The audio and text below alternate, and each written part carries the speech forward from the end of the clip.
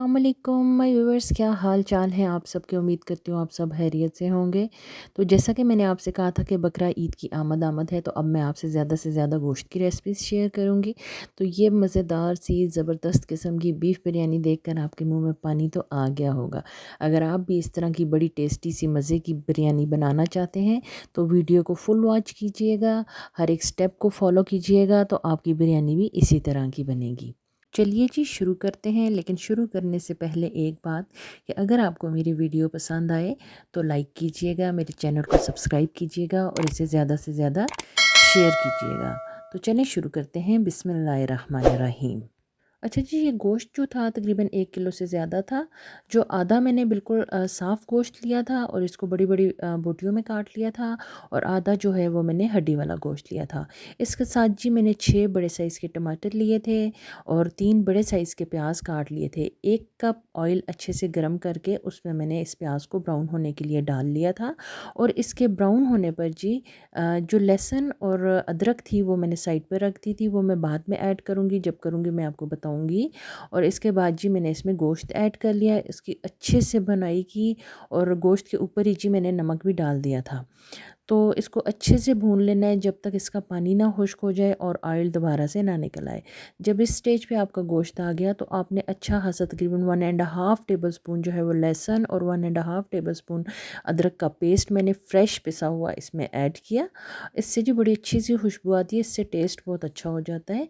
तो उसके बाद जी इसको हल्का सा सौटे करना है आपने। के बाद जी मैंने इसमें इसको गलाने के लिए पानी ऐड कर लिया। आप अपने गोश्त में अपने हिसाब से पानी ऐड कर लीजिएगा जितनी देर में वो गल जाए। अच्छा, इसको गलने के लिए छोड़ दिया, और दूसरी तरफ जी मैंने राइस कुकर में पानी डाला और उसको बॉईल होने के लिए रख दिया। और इसमें मैंने कुछ खड़े मसाले ऐड, जिसमें जी शामिल है 1 तेज़पात, 2 बादियान के फूल, कुछ काली मिर्चें, 3 से 4 लौंग, 1 टेबलस्पून ज़ीरा, 1 टुकड़ा दालचीनी का, और थोड़ा सा जायफल। और चावलों को जी मैंने अच्छे से भिगो लिया था। इसके बाद जी दूसरी तरफ जो मैंने टमाटर रखे थे उनको मैंने अच्छे से पेस्ट बना लिया, और मैंने कहा इतनी देर में इनका पानी खुश्क हो जाए और ये अच्छे से भुन जाएँ। तो मैंने बगैर ऑयल के इनको कढ़ाई में डाला और इनका पानी खुश्क होने के लिए छोड़ दिया। दूसरी तरफ जी हमारे पानी भी बॉयल हो चुका था, तो मैंने इसमें चावल ऐड कर लिए।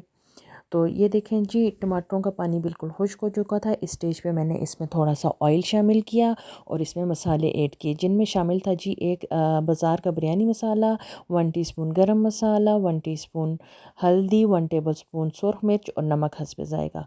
इस तरह करके जी मैंने इस ग्रेवी को अच्छे से रेडी कर लिया।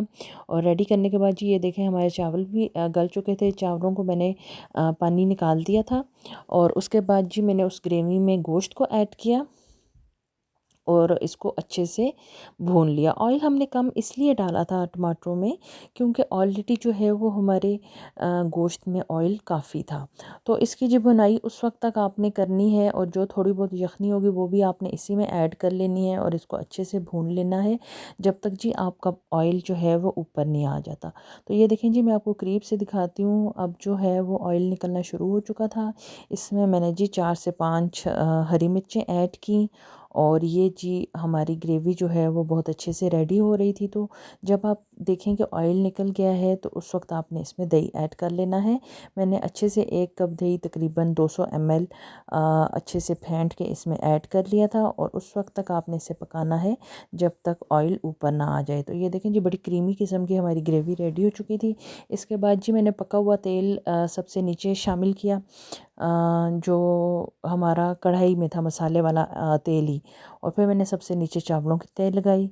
उसके ऊपर जी मैंने अपने जो कोरमा हमारा बना हुआ था बिरयानी के लिए उसकी तह अच्छे से लगा लेनी है। और इसके साथ मैंने हरा धनिया और हरी मिर्चें काट के रखी हुई थी, वो सब इसके ऊपर ऐड की, और फिर दोबारा से इसके ऊपर मैंने चावलों की तह लगाई, और मसाले की जो ग्रेवी थी उसकी तह लगाई, हरी मिर्चें और हरा धनिया इसके ऊपर डाला, और बाकी जो बचे हुए चावल थे वो मैंने इसके ऊपर ऐड कर दिए।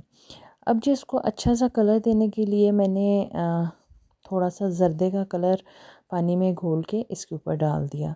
तो ये देखें जी, शुरू में आपने तकरीबन 3-1 मिनट अच्छी खासी तेज़ आंच रखनी है और उसके बाद इसे 10 से 15 मिनट के लिए दम पे रख लेना है। तो हमारी बिरयानी जी रेडी हो चुकी थी। ये देखें जी कितनी निखरी निखरी सी, हर एक दाना अलग था। अच्छा जी, आपको स्टेज पे एक और टिप देना चाहूँगी कि जब आप दम से हटाएं बिरयानी को, तो इसका ढक्कन हटाकर इसे 5 से 10 मिनट के लिए आपने मिक्स नहीं करना है।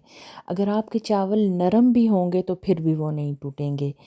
तो ये थोड़ी सी टिप्स और ट्रिक्स होती हैं जिनको फॉलो करना होता है। तो चलें जी, दुआओं में याद रखिएगा। अल्लाह हाफ़िज़।